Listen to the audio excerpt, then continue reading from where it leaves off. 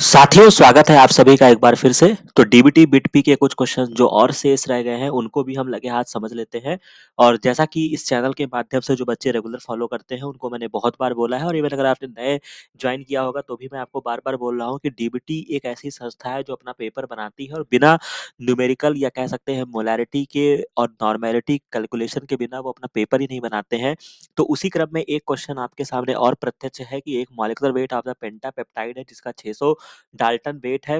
150 mg of the पेंटापेप्टाइड को dissolve किया गया है 250 ml वाटर में और सब्जेक्टेड टू प्रोटियोलिटिक डाइजेशन, मतलब उस पर्टिकुलर पेप्टाइड का डाइजेशन किया गया है जिससे प्रोड्यूस हुआ है अमाइनो एसिड ए, और दो डाई पेप्टाइड आपको देखने को मिल रहे हैं। तो मोलर कंपोजिशन ऑफ लाइजेट, तो यानी कि यहाँ पे बस आपको डिफरेंट तरीके से घुमाया है लेकिन आपसे केवल ये पूछ रहा है कि मोलर कंपोजिशन ऑफ लाइजेट का क्या क्या है।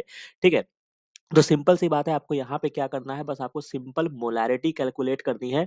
तो मोलैरिटी आप जब यहाँ पे कैलकुलेट करेंगे तो क्या हो जाएगा, तो आपको जब यहाँ पे मोलैरिटी कैलकुलेट करेंगे तो मोलैरिटी का फॉर्मूला क्या होता है, वेट होता है, यानी कि 150 हो जाएगा। मॉलिक्यूलर वेट यहाँ पे 600 दिया गया है, डिसॉल्व किया गया है 250 में। चूंकि ये आपका mg में है, ये भी आपका ml में है, तो कोई दिक्कत नहीं है, सारी यूनिट्स एक जैसी हैं।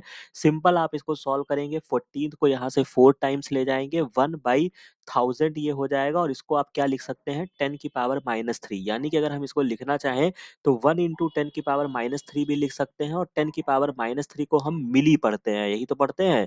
तो यानी कि हम इसको क्या बोल सकते हैं, 1 मिली मोल बोल सकते हैं। तो यानी कि जो आपका फ्रैक्शन रहा होगा, तो the molar composition of the lysate क्या है, तो ए जो है वो आपका 1 मिलीमोल है, बी भी आपका 1 मिलीमोल होगा, और सी भी आपका क्या होगा, 1 मिलीमोल यहाँ पे आपको देखने को मिलेगा।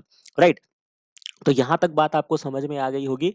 अब इसके बाद नेक्स्ट क्वेश्चन जो है वो यहाँ पे देखा जा सकता है कि जो कि आपका बेसिक कॉन्फ़िगरेशन के रिगार्डिंग है। जैसे फ्लोरीन पूछा है तो यहाँ पे क्या था, जो आप बेसिक केमिस्ट्री में जब हम लोग पढ़ाई करते थे तो हम लोग क्या पढ़ते थे, यही तो पढ़ते थे कि उसका कॉन्फ़िगरेशन कैसे निकालना है। ठीक है, तो फ्लोरीन जो होता है इसका 9 होता है, तो कैसे निकालते हैं, तो इसका जो कॉन्फ़िगरेशन हम करते थे 2 7, फर्स्ट में 2 इलेक्ट्रॉन है और बाद में 7 इलेक्ट्रॉन है। तो किसी भी इलेक्ट्रॉन को अपना स्टक या ऑक्टेट कंप्लीट करना होता था, याद आया। तो अगर हम इसको लिखना चाहें तो पहले 1s2 होगा, फिर 2s2 होगा, जब s में कॉन्फ़िगरेशन फिल हो जाएंगे तब वो p में भरेगा। तो 2p, और p में केवल यहाँ पे 2 ऑलरेडी भर चुके हैं, 7 थे, तो यहाँ पे क्या हो जाएगा, 1s2 2s2 2p5, p में 6 इलेक्ट्रॉन रह सकते हैं, बट चूंकि यहाँ पे अभी एक बचा है तो यहाँ पे 5 हो जाएगा। तो इसका जो करेक्ट आंसर आपका निकल कर आएगा वो आपका 1s2 2s2 2p5 होगा। राइट, तो बहुत आसान क्वेश्चन था। और इसके अलावा आपका फ्लो साइटोमेट्री जो मैंने आपको बार बार पढ़ा के रखा हुआ है, मैंने बोला था कि यहाँ से आपके क्वेश्चन जरूर पूछे जाएंगे, और इसका एक लेक्चर भी सेपरेट अपलोड करके रख दिया है मैंने। और देख सकते हैं कि यहाँ पे पूछा गया है कि आपका फ्लो साइटोमेट्री में जो आपकी फॉरवर्ड स्कैटर्स होती है वो क्या बताती है। जैसे मैंने आपको बताया था कि ये आपकी सेल्स होगी, लेजर लाइट यहाँ से पास होगी, तो कुछ लेजर लाइट जो होती है वो सीधी निकल जाती हैं, जिसको हम क्या बोलते हैं, फॉरवर्ड स्कैटर्ड बोलते हैं। और कुछ जो होती है वो यहाँ पे टकरा के 90 डिग्री पर रिफ्लेक्ट होती है, जिनको हम साइड स्कैटर्ड बोलते हैं। राइट, तो फॉरवर्ड स्कैटर्ड अगर मैं आपको रिमाइंड कराना चाहूँ तो ये आपकी यहाँ से निकलेंगी, तो यानी कि यहाँ के बीच में कोई एक रेडियस होगा। तो अगर आप इसको मेजर कर लोगे तो आप सेल की साइज को बता सकते हो। लेकिन जो आपकी रिफ्लेक्ट हुई है वो कुछ यहाँ पे कंटेंट रहा होगा जिसकी वजह से वो रिफ्लेक्ट हुई है, यानी कि वो चीज जो होती है वो ग्रैनुलैरिटी होती है। समझ रहे हैं भैया, तो ग्रैनुलैरिटी की वजह से होता है। तो यानी कि अगर आप इसको देखना चाहें तो ये जो होगा ग्रैनुलैरिटी जो होता है वो सेल्स की ग्रैनुलैरिटी आपको कौन बताएगा, एसएससी बताएगा। और एफएससी जो होता है ये आपको सेल की साइज बताएगा। तो यहाँ पे जो इसका करेक्ट आंसर आपका बनकर आएगा वो आपका सेल का साइज होगा। राइट, फिर इसके बाद आपसे पूछा गया है कि कौन सा मेटल एलिमेंट जो है वो ग्रिग्नाल रिएक्शन में यूज किया जाता है। बेसिक केमिस्ट्री का पार्ट है जो कि मैग्नीशियम हम यूज करते हैं। इसके अलावा जेनेटिक्स का एक बहुत ही बेसिक क्वेश्चन पूछा गया है कि कौन सा नॉट ट्रू है regarding the law of the segregation. तो लॉ ऑफ द सेग्रीगेशन जो कि मेंडल ने नियम दिया था, तो उसमें आपको ऑप्शंस देखने हैं कि allele and genotype frequency in a population will remain constant from generation to generation. यही स्टेटमेंट गलत है, क्योंकि भाई अगर जनरेशन टू जनरेशन अगर वो कांस्टेंट रहेगा तो वो सेग्रीगेट ही कहाँ हुआ, तो ये ऑप्शन गलत हो जाएगा। बाकी लॉ ऑफ सेग्रीगेशन को ही law of purity of gene कहते हैं, segregation due to the chromosome meiosis, और ये रिमेनिंग जो बातें हैं वो सारी सही हैं। तो इसको नोट डाउन कर लीजिएगा, ताकि अगर अगले बार में अगर आपको ऐसे कोई क्वेश्चन घुमा के पूछता है तो आप उसको आंसर कर सके। तो बहुत ही बेसिक क्वेश्चन, आराम से लगने वाला था। इसके बाद ये क्वेश्चन जो कि बहुत ही अच्छा पूछा है, थोड़ा नए तरीके से फ्रेम किया है, तो इसको आप समझ लीजिए ताकि न अगर किए होंगे तो अच्छी बात है, थोड़ी बहुत भी मतलब मुश्किल ही है बट ठीक है, अगर अच्छा क्वेश्चन है, आगे से इसको ध्यान रखिएगा। बेसिकली होता क्या है कि जब आप पीसीआर करते हैं, तो यहाँ पे कह रहा है कि रोहित नाम का लड़का है जो पीसीआर परफॉर्म कर रहा है, जो कि एक्सप्रेशन ऑफ द जीन को देखना चाहता है। 2 सैंपल है उसके पास, ए और बी है। ही ऑब्जर्व्ड दैट अ सिमिलर सीटी value for a housekeeping gene in the both sample. अब ये हाउसकीपिंग जीन क्या होते हैं? ऐसे जीन कुछ होते हैं कि जो हमेशा किसी भी सेल्स में हमेशा एक्सप्रेस करते हैं, जैसे आपका गैप डीएच होता है, ठीक है? किसी को तो एज़ अ बेस मानोगे ना, तभी तो उसके कंपैरेटिवली आप बता पाओगे कि ये जीन का एक्सप्रेशन बढ़ा है या घटा है। तो हमारा मोस्टली गैप डीएच जो होता है वो हाउसकीपिंग जीन के तरीके से काम करता है। If he find that the expression of gene of interest is higher in the sample B, तो क्या कंक्लूजन है? तो सबसे इंपॉर्टेंट चीज़ था कि जैसा कि आपने कोरोना के दौरान जब भी आपने अपने किसी फैमिली रिलेटिव या कहीं पर भी अगर आपने कोविड टेस्ट करवाया होगा या कोविड टेस्ट देखा होगा, तो वहाँ पे सबसे पहली बात तो हमको सीटी वैल्यू देखने को मिलती थी। अब ये क्या होता है, इसके माध्यम से क्या पता चलता है, तो सीटी वैल्यू जो होती है कि कितने साइकिल पे आपका जीन जो है वो आपका एम्पलीफाई हुआ। सपोज दैट हम मिनिमम 40 साइकिल्स की रिएक्शन लेके चलते हैं, तो सपोज दैट अगर आपका जीन जो था, मान लीजिए कि कोई आपका कोरोना का जीन था, अगर आपका सपोज दैट 12 साइकिल पर आपकी सीटी वैल्यू आ रही है, सीटी वैल्यू उसमें दिखाया कि 12 लिखा हुआ है, तो 12 का मतलब क्या हुआ कि इस 12 का मतलब है कि 12वें साइकिल पे आपका जीन एक्सप्रेस हो गया, यानी कि जो आपका कोरोना का वायरस है वो आपकी बॉडी में उसका जीन जो है वो बहुत ज्यादा है। तभी तो मतलब समझ लीजिए कि आपका डीएनए एम्पलीफाई करना था, तो उसने पकड़ा और 12वीं साइकिल पर ही उसको आपके जीन का एक्सप्रेशन देखने को मिल गया। तो इसका मतलब क्या होता है कि जितनी कम सीटी वैल्यू होती है, उतना ज़्यादा वायरस का लोड होता है। और अगर मान लीजिए कि कभी आपने देखा होगा कि 36 साइकिल पे, 35 साइकिल पे इस तरीके से अगर आपको देखने को मिला, तो डॉक्टर ने आपको बोला होगा कि चलो ठीक है, दवा-ववाई लिख देते हैं, ठीक हो जाएगा। तो इसको हम रिगार्डिंग क्या बोलते हैं कि आपका है, लेकिन वायरस लोड जो है वो कम है। तो यानी कि अब यहाँ पे क्या है, तो CT value of the gene of interest, जैसा कि इसने बोला है कि find the expression of gene of the interest is higher in the sample B. तो यानी कि उसको अपने जीन का एक्सप्रेशन सैंपल बी सैंपल में ज्यादा देखने को मिल रहा है। तो यानी कि जो बी सैंपल है उसकी सीटी वैल्यू क्या होगी, सीटी वैल्यू जो होगी वो कम रही होगी। तो वही यहाँ पे आंसर बन जाएगा, CT value of the gene of interest is lower in the sample B. ठीक है, तो बहुत ही बढ़िया क्वेश्चन है, मैं इसको स्टार दूंगा, आगे से ध्यान रखिएगा, इसको पढ़ के जाइएगा थोड़ा सा क्यूपीसीआर, और ऐसे क्वेश्चंस नेक्स्ट टाइम आते हैं तो उसको जरूर सॉल्व करने का प्रयास करिएगा।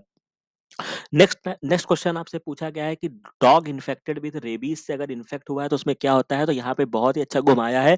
नेग्री बॉडी सभी को पता होता है, बट यहाँ पे उन्होंने स्पेलिंग में बहुत कंफ्यूजन की है, तो हो सकता है कि आपको 1 मिनट में क्वेश्चन सॉल्व करना था, तो शायद आपको यहाँ पे समस्याएं हुई हो, बट आगे से इसकी स्पेलिंग और ये सारी चीजें याद रखिएगा। और बाकी जब भी रेबीज का नाम आएगा तो एक चीज और याद रखिएगा कि इसके खिलाफ जो वैक्सीन है वो किसने बनाई थी, तो लुई पास्चर साहब ने इसके खिलाफ वैक्सीन बनाई थी। ठीक है, और इस डिजीज में क्या होता है, हाइड्रोफोबिया होता है, पानी से क्या होता है, डर लगता है पेशेंट को। ठीक है, तो बाकी बेसिक है, थोड़ा बहुत इसको पढ़ लीजिएगा। इसके बाद नेक्स्ट क्वेश्चन आपसे पूछा गया है कि which kinase activity is associated with the phytochrome photoreceptor responsible for red response in the plant. तो थोड़ा इसके लिए डीप नॉलेज होना आवश्यक था, बट फिर भी आपके प्लांट और बैक्टीरिया में मोस्टली आपको हिस्टिडीन काइनेज देखने को मिलता है, तो वो इसका करेक्ट आंसर बनेगा। ठीक है, और तो ये यहाँ पे हिस्टिडीन काइनेज होगा। नेक्स्ट क्वेश्चन आपसे पूछा गया है कि एक कैलोरी कितने जूल के बराबर होता है, तो एक कैलोरी जो होता है ये आपका 4.2 जूल के बराबर होता है, बेसिक फिजिक्स में आपने पढ़ा होगा। इसके बाद next question, what is the computational methodology जो है यूज्ड की जाती है to predict the binding between receptor और लिगेंड के बीच में। तो यहाँ पर जो हम टेक्निक करते हैं वो क्या होती है, आपकी मॉलिक्यूलर डॉकिंग होती है, इसको याद रखिएगा, बहुत ही अच्छी यहाँ पे क्वेश्चन पूछा गया है, आगे भी आपको मिलने की संभावना है, तो इस क्वेश्चन को याद रख लीजिएगा, अगर अभी नहीं पता है तो आगे से इस चीज को ध्यान रखिएगा। फिर इसके बाद करंट अफेयर, जैसा कि मैंने आपको बोल रखा है, आईसीएमआर और डीबीटी, ये दो ऐसे संस्था है जो अपना पेपर बनाएंगे तो आपसे करंट अफेयर्स की चीजें जरूर पूछेंगी। ऐसा नहीं कि आपसे कोई राष्ट्रपति राज्यपाल का नाम पूछेंगे, जो चीजें विज्ञान के तौर पे जो घटित हुई हैं, जैसे कि किसी भी साल में आपका नोबेल प्राइज किसको दिया गया, ये क्वेश्चन बनता है। ठीक है, और उसके अलावा कोई अगर डिजीज आई है, कोई आउटब्रेक हुआ है, तो वहां से पूछा जाता है, या कुछ अगर बढ़िया चीज हुई है।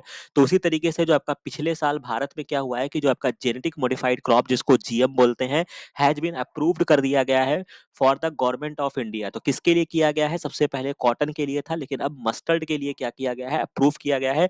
तो थोड़ा सा आपको बाकी चीजों पर भी ध्यान देना होगा, साइंस साइंस भी करिए, बट अगर थोड़ी बहुत भी टेक्नोलॉजी, न्यूज़पेपर, इन सब चीज़ों से अगर आप अवेयर रहते हैं तो ऐसे क्वेश्चंस भी आपको एग्जाम में फ़ायदा करेंगे।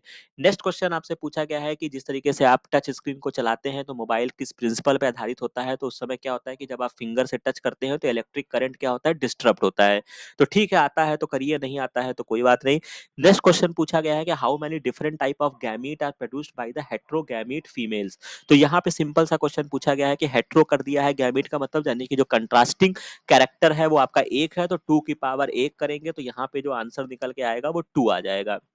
राइट, तो ये भी आपका हो जाएगा। इसके बाद cyber green real time PCR से उन्होंने काफी क्वेश्चंस पूछा है, तो साइबर ग्रीन प्रिंसिपल का यूज किया जाता है। बेसिकली होता क्या है कि ये आपका एक फ्लोरेसेंस डाई होता है, तो जहां जहां पे आपका न्यू डीएनए की सिंथेसिस डबल स्टैंडर्ड बनता जाता है तो ये डीएनए के साथ इनकॉर्पोरेट होता रहता है। तो जब जैसे ही जहां पे डबल स्टैंड, जैसे मान लीजिए कि इस तरीके का है, यहाँ पे अगर आपका डबल स्टैंड बन गया, यहाँ पे बन गया, तो साइबर ग्रीन जो होता है वो फ्लोरेसेंस देता रहता है। तो बस यही इसका कॉन्सेप्ट होता है, SYBR green fluorescence increases upon binding to the double standard DNA पर। जहां जहां वो बाइंड करता जाएगा वहां वहां पर साइबर ग्रीन मतलब फ्लोरेसेंस जो होगा वो बढ़ जाएगा।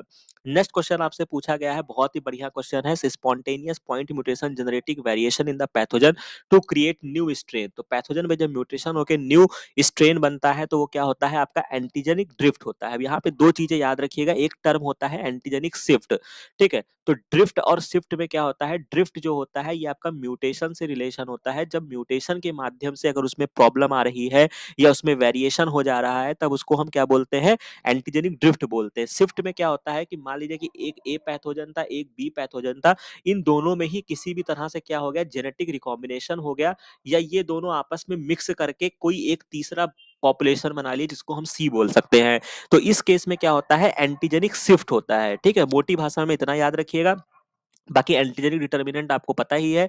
और इसके अलावा एनर्जी, ये भी एक बहुत ही बढ़िया टर्म है जो आगे एग्जाम में आने की संभावना है और डीबीटी बहुत बार क्वेश्चन पूछता है।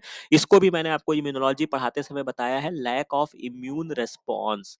ठीक है, इसको याद रखिएगा, लैक ऑफ इम्यून रेस्पॉन्स जो होता है इसको हम क्या बोलते हैं, एनर्जी बोलते हैं। तो सीधा क्वेश्चन एग्जाम में आपसे नेक्स्ट टाइम पूछा जा सकता है। तो जब इम्यून रेस्पॉन्स नहीं आता है तो इस पर्टिकुलर टर्म को हम क्या बोलते हैं, एनर्जी बोलते हैं। तो यहाँ तक बात आपको समझ में आ गई। इसके बाद जब आप सेल साइकिल पढ़ते हैं तो वहाँ पे साइक्लिन प्रोटीन होती हैं जो सेल साइकिल को रेगुलेट करती हैं। तो चूंकि इसमें बहुत सारी बातें दी गई थी, जैसे साइक्लिन बी जो होती है वो रेपिडली डिग्रेड हो जाती हैं आफ्टर एनाफेज, ये बात आपका ट्रू है।